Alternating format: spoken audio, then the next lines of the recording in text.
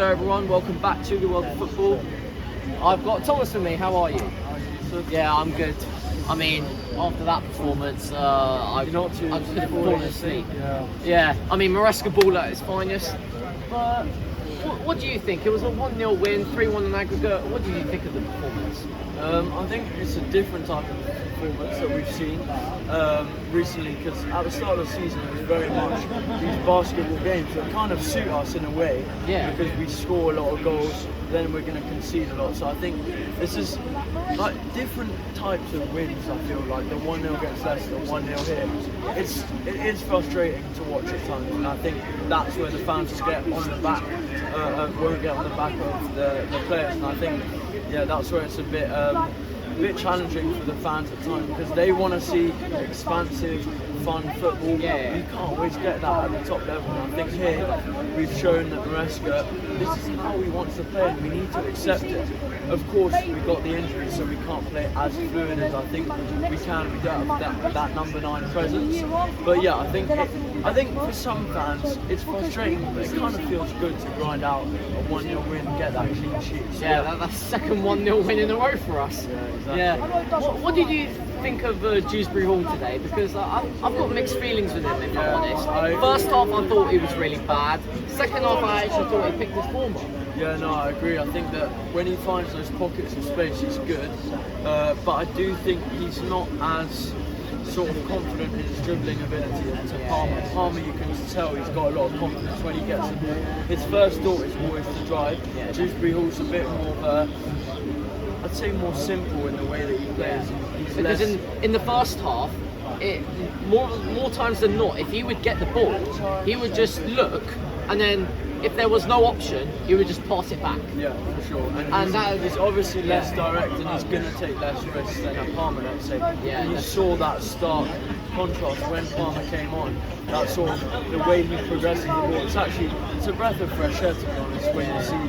But I think Dewsbury Hall, he's a good Conference League player, let's be real, and I don't think we should have signed him in the first place, because we did have Carney, Chukwuemeka, we had Felix. But yeah, good to see him get his goal, and I think that will do him some good. So Well, what do you think of the starting 11 when it came out? Because if I'm honest, I thought it was a bit weak. Yeah, I agree. I think that I was a bit confused with why Joshua Champong was inverting. Did you see in the first half, Champong was inverting into midfield. Yeah, Badishile was playing left back. Yeah, and then Champong was inverting into midfield, almost playing like that Caicedo role, but from the left back, which is a bit confusing because we haven't really seen a Champong play in the midfield for under-21s. Only right back, sort of centre back. But yeah, I was a bit confused by that. Happy with Badishile, I thought he was good. He won a lot of his aerial duels, to be fair. And of course, you can't really do much when you don't have when you don't have a striker up there. And I think Neto doesn't suit this sort of game that very well, because they're going to sit back, and we don't have that box presence. So I feel like in Aston Villa away, that suited Neto so well, because the game was so open. Some games it will suit him, but in games like this it won't. Yeah, I totally agree. And I think that we can't really do much with our wingers selection. We don't really have any, do we? Madueke's out, Mudrik's banned. So we've only really got Sancho, Neto, who's playing up front, and George. So we're going to see. What do you think our wingers will be against Arsenal? I honestly think it will be Sancho and if I'm honest, and then Neto up front, and then Palmer will be in the 10. I actually think that's what England was going to choose. Yeah, because Tyreek George he showed some good flashes of brilliance. Yeah, he did. Yeah, I feel like he's more willing to take on his man than Sancho. Sancho looks less comfortable. He often just wants to retain the ball. He's that good player when you want to keep the ball. So maybe that's why Maresca likes him. But in terms of actual directness, getting the shot away, he's not a very shot volume sort of wing. So yeah, we need to see improvement for sure from the wingers. Who is your man of the match today? Because I think there's a few players you could give it to. Here. I mean, you guys talked about what did you say? Dewsbury Hall. Did Jacob say Jorgensen? Yeah, he did. Yeah. For me, it's Caicedo. Yeah, honestly, He I honestly, agree. I don't want to recreate it, but he wins that ball so much. Like he actually does. Like every time we've lost possession, he'll win it again. He'll win it back. He'll just just puts his body on the line for this club. It just is so essential for the way we play. So I honestly think maybe he's slightly underrated with how good he actually is. Like if you've seen the ground he covers, the passes, it's honestly exceptional. We're so lucky that we have him, and he's more than 110 million. No, yeah, that's the thing. I was actually just going to bring that up. No one is talking about that price tag anymore. Nobody. Should be even more than that. He's Exactly. So We need to pay Brighton another 200 million.